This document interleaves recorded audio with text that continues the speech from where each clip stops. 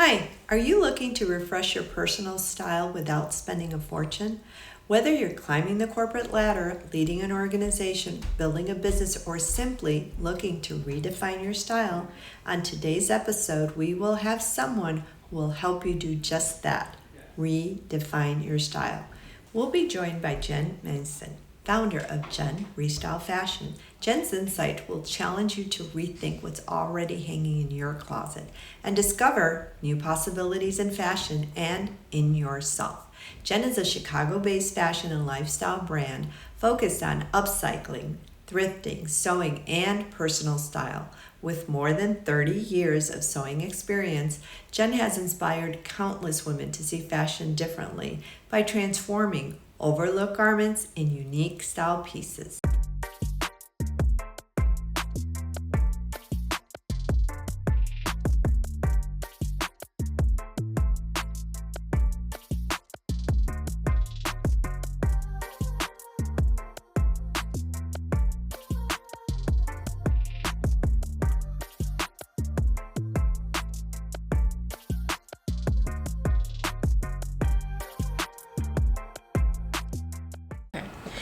My name's Jen, and I am the creator behind Jen Restyle Fashion. I am a designer upcycler here based in Chicago, and I take thrifted and pre-loved pieces and turn them into things that are new and more innovative that we can wear and extend the life of our clothing. I love that you're doing that, though, as do so many people, which is really exciting. Yeah. Well, listen, thanks for being with us. I'm glad you're here Yeah. on a Sunday, which I appreciate that. You're probably one of these people that never stop, and I never do either. It's like, Sunday, what? So what? Right. We're It's going, the day right? to get other stuff done. Yeah, and it sounds like you're always really busy. Tell me a little bit, though, how you got into what you're doing now, because we talked about a little bit your past life was very different, and maybe you tell us first what you did for Obama, and then how you got here. Yeah, so I'm born and raised in Chicago, and I worked for him when he was a state senator. So when he had just been appointed by city council, this was like 90 something, and then I remember. Yeah, and then he decided to run for Senate. And won that, obviously, and so we went on to the Senate, and I ran his Chicago office, and then, I don't know, we were less than a year or so in, and they started talking about, hey, you should run for president, and, I didn't think it was going to happen. I don't think a lot of people did. No, but then once he spoke at the Democratic National Convention, that kind of just set things into motion. It's like, okay, let's build on this. And he definitely had it. This is a star. Yeah. This is a star. He definitely had it. And what we were doing, it was fun. We were having a great time. And I thought he was going to run for governor, but he had bigger plans, and then he went for it. So fast forward, we end up in D.C., and I worked for the Office of Personnel Management, so we handle all the hiring retirees for the federal government, which was awesome because I worked on a lot of hiring policy and worked on a lot of retirement and benefits. And we also hired all of the appointees, so they all ran through our office. So it was nice. So I got a chance to interact with a lot of people that either worked with me in the Senate or had worked on the campaign. And so that's part of why we are still really close right now, because we all just we're so working together across agencies. Right. And so that's really important. And I believe a lot of that is what helped us be successful, because we had real relationships. They were very solid and they were long lasting. He believed in, and still does, cherish loyalty. And so folks that were with him in the Senate went to the campaign, came onto the administration. And so we had been together for so long, even though it was growing and getting bigger. And so, but when I moved to, and this gets to your question, when I moved to DC, I stopped sewing. So I had left everything behind and just buried myself So you in used work. to sew prior to I that? did. I was sewing, I was teaching classes, I was designing prom dresses and wedding dresses and making clothes. Like I would go to the fabric store and buy fabric, and I would make something. Who were you doing this for? Were you getting orders in? Yes. Do you have Yes, clients? I had clients, and these were one-on-one, kind of how I still do it now. But these are people that they saw my work, they want me to make something for them, and the prom dress thing was a nightmare. It was really. So I was kind of glad to stop doing that. Kind of like the wedding dresses, right? Oh gosh, you get it's a little such Godzilla. and just the things that the young girls wanted to wear, and I was just like, I'm not making that. I'm sorry, I'm not doing it. And so I stopped doing that. I packed up my house, put my dog in the car, and we drove to DC. And I did not look back. So when I got there, buried in work because we were so busy. I think once I got started, I started working for the inaugural committee, and then I went right into the administration. And a few months in, H1N1. I don't know if you remember that. That was 2009. So that was our first kind of introduction to dealing with some type of potential pandemic. Yeah. And I was the lead on that. Completely had forgotten about that. Yeah, people forget about that. And we were literally up night after night after night after night. And then finally, a few months after, it kind of, leveled itself out and we were okay. But I was buried in work. So I didn't have time to think about any of that. And then I started feeling a little sad, a little depressed. I would drive back to Chicago and see my friends. And then I was like, I'm missing something. And what I'm missing is that community. I'm missing being around like-minded individuals who are interested in being creative. Creatives. I'm missing the creatives. Yeah. So I got on Meetup and, the app, and I just put a sewing circle description out there and a couple of pictures, and I was like, hey, if you want to meet up, I'm going to be at the library in Montgomery County on such and such day, come join me. So a few people signed up, like 10 or 20, about 7 people showed up the next week, about 15 people showed up, the following week 30 people showed up. Next thing I know, 300 people had signed up for the group. So I had to start doing structured classes. Yeah. So I started doing these every other week. And the classes were packed. And I have some photos to show you. I was just amazed that so many people wanted to learn how to sew. I was like, this is great. And I started feeling And you were better. teaching them how to sew. I was teaching them how to sew. Wow, the Basic basics. sewing. Okay. Because a lot of people think they know, and they really don't. No, they don't. They don't. No.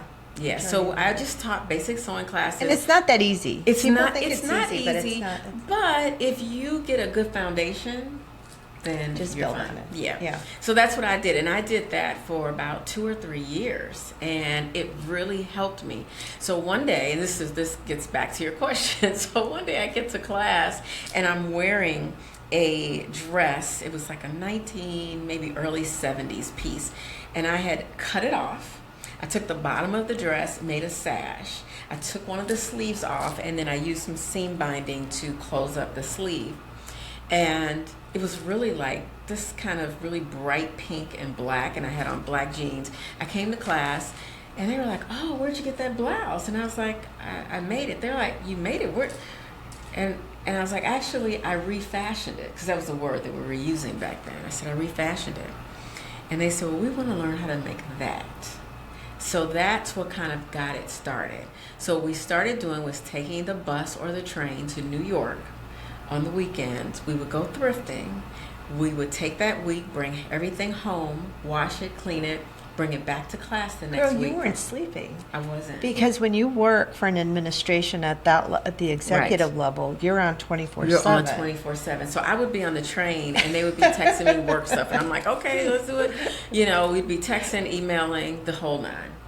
But that was my release, and that was the one thing that just kind of gave me time. So Because at the same time, you need something like that, because there's so much pressure, and it is. Cortisol levels are way up, so this Way up. helped you kind of level out. It and totally the did. creative side. It sounds like you have a real commitment, though, to the people that follow you. Yeah. And the people that you teach. It sounds like you're teaching a lot of people. Yeah. They're excited about it. So the community is really important to me, and I do.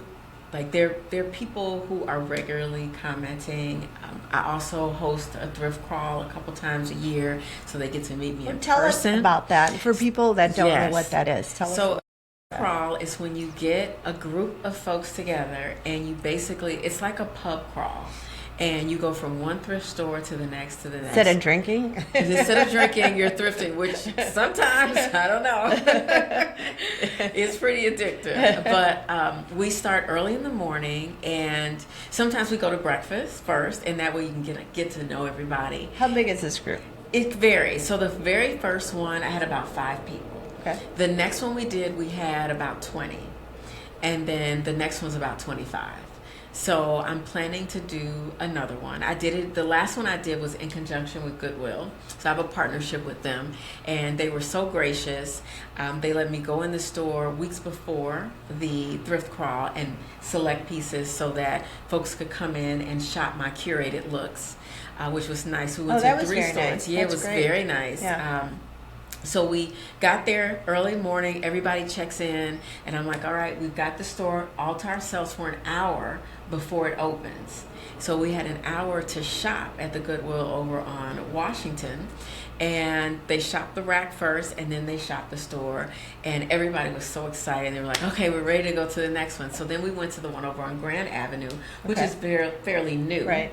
And then we shopped there, and then we went to the one in Avondale, which is another new store. Okay. And so we hit 3 stores that day. We had snacks. And they're all Goodwill. They're all Goodwill. Okay. Yeah, we had snacks and drinks, and everybody was socializing, getting to know each other.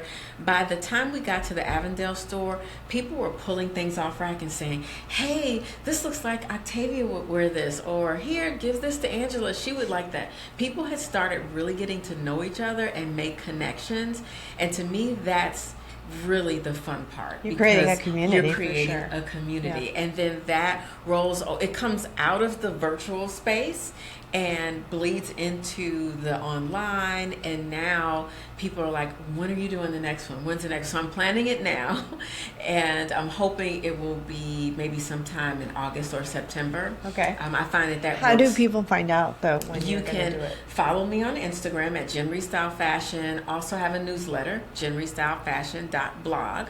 And then also on YouTube, I talk about it in the community section, on the videos, Jen Restyle Fashion. So I'm Jen Restyle Fashion everywhere. Everywhere. No, I like Yeah. that. I like Yeah. that. That's so exciting. Yeah, it's though. so much fun. And I love meeting people in real life. Because, a lot of times it's just a message, or, somebody might send me a picture of something that they made. And for me, the biggest compliment isn't, oh, I like what you're wearing, but it's, I made that because I saw you make it. And that just makes me feel so No, good. it's the ripple effect of what you're doing. That's yeah. incredible. It's so, to see that, and I'm like, send me your pictures, I want to share. So I try to make sure I share those things out. Now, I have a question because right now where you work, it's government, so it tends to be a little conservative. Yep. And then when you worked for Obama, for the White House, the same thing. Have you ever had any conflicts, with your style and kind of the... No, and people ask me about that a lot, but somebody's always asking me or making a comment about something that I'm wearing. And then either if they don't know that I create content, when they find out, they're like, oh, it makes sense. I don't ever, I still dress stylish, but I'm not just the blue suit, and if I'm wearing a blue suit, it's going to be a really stylish blue suit. So, Yeah. No, you're gonna or wear- I'll have some brooches on. Something You'll do that's something going to to make elevate it you. it. Exactly. To make it unique. Absolutely. So are there some recommendations that you give, because you also style and people call you and they ask for Right. recommendations and things like that? Like what are the things that you look for in an individual to give them some suggestions? Sure. So one of the things that I do when I am working with a client on personal style is I have to look at their closets, and then I look at photos. So get your closets ready, people. Get your closets ready. But I look at photos, because people will tell you, oh, I like this, I like color, and then you see all they wear is black and brown and gray. Yeah. It's like, do you really like color, or are you afraid? And you like it in theory. Yeah. So look at past photos, look what's in their closet, and start to get them to think about what's already in the closet instead of going out and buying new. Because a lot of times we have pieces in our closet that can be mixed and matched, and we're so thinking about the way that it was on the mannequin and how it was styled in the store. And that's fine, but that jacket can also, that blazer can also go with jeans, can go with slacks, can go with skirts, can be worn different ways. So I try to get people to think outside of that. And once they start thinking like that, then it ignites some creativity in them. Or maybe it doesn't. But if it does, then they start looking at their closets differently. And they're like, wow, that's something I haven't had on in so long. Well, why haven't you worn it? Well, I didn't have anything to wear with it. You can throw it on with this. And sometimes people don't just think, I can just throw on like a dress like what you have over some jeans. You know, you can layer and throw a blazer on top of that. Then you change the whole look. Right. So I try to get people to think beyond what is on the hanger and what it could potentially be. And then do you sometimes give them suggestions on how to recycle and move pieces of it around? Maybe there's Right. some pieces, especially if there's some expensive pieces, right? And that's why I really love thrifting, because thrifting allows you to play around with your style on a budget, so you're not spending so much money, so you have a little bit more freedom. Yeah. Looking through the closets, looking at photos of them, finding out what they actually really like, and realistically, does that work for your lifestyle? You know, because sometimes we see things on the rack and, oh, that's beautiful. But if you aren't a person who goes out a lot or travels a lot, or you're in an office, you know, you might see a gray suit, but if you work from home, when are you going to really wear that, you know? Right. So I think you just have to know people's lifestyle, what it is they really like, and think about all those things to help. Just say experiment as much as possible, because you never know when you're going to come across that one thing that is just going to elevate, and lean into it. You know, don't be afraid of color, or don't be afraid of a pop of colors. You don't have to go full on red or full on yellow or full on orange, but if you prefer, you know, your blacks, then you can accent it with a pretty scarf, you know, that brings a pop of color. So there's so many things that you can do with your clothing, and I just try to get people to think more about that. I do a lot of I have a series called the Restyle Edit, and each month I do a video where I take either something that I upcycle, or I pull some pieces from my closet, and we mix and match just to see like how many times can I wear this with something else. And I just start pulling stuff. I'm like, does this look good? I don't know. Maybe it does, maybe it doesn't. Do I like it? Now I've just found something that gives me another option. So I always tell people, play in your closets, pull things out, wear things together, do all of that in your mirror before you leave the house. Yeah. And then that's super helpful. Out of sight, out of mind, right? And so that's a great advice. Yeah. I think people really have to dig in there. They've got so many treasures. Right. And you know, I'm thinking I do have some stuff. I try to move my stuff around, but I do have some things that I probably haven't touched. Yeah. And some jeans. Maybe I'll get them too. I'm sure you'll come up with some. So, last question. If you could leave our audience with one message about fashion, sustainability, and personal style, what would that be? So, I know, you know, the fashion industry produces a lot of waste. However, I don't think the solution is about shaming people about buying new clothes. I will never tell people, don't go to Zara, don't go to Nordstrom. But what I will say is, when you're shopping, look at the labels and try to buy natural fibers when you can, and try to buy pieces that are going to be more classic and last a bit longer. So stay away from the trends and buy pieces that you can keep for years to come. Doesn't mean that everything has to be that, but if you're gonna spend $200, $300, $400, $500 on something, make it be something that's going to last, that is going to be timeless, that you can wear for the next 10 years or more, or that you can even hand down to someone. So if you're going to buy, an expensive bag, or, a beautiful pair of shoes, or a really nice suit, is this something that 5 years from now you'll still want to wear? Right. Or a portion of it you'll want to wear. And that's what I really want people to think about. So I'm not going to say, don't buy anything new and only buy thrift, because we can be, over consumers even in the thrift store, right, and still have stuff hanging in the closets. Right. Even then, you still should be looking at labels and thinking about how much wear can I get out of each piece. And I think everything we buy, regardless if it's new or thrifted, can you wear that piece 3 different ways? And if you can, then get it. And I think understanding quality, right? Mm-hmm. And that takes studying. It does. I remember when I was growing up, we didn't have tons of money to spend, mm-hmm. but I liked designer items, and I liked good quality, mm-hmm. and everything. And I used to go and I used to study, and my dad studied the magazines, Women's Wear Daily. Mm-hmm. I used to go with my dad. My dad was a tailor turned mm-hmm. designer. It's another story nice. that I've told a couple of times here. Yeah.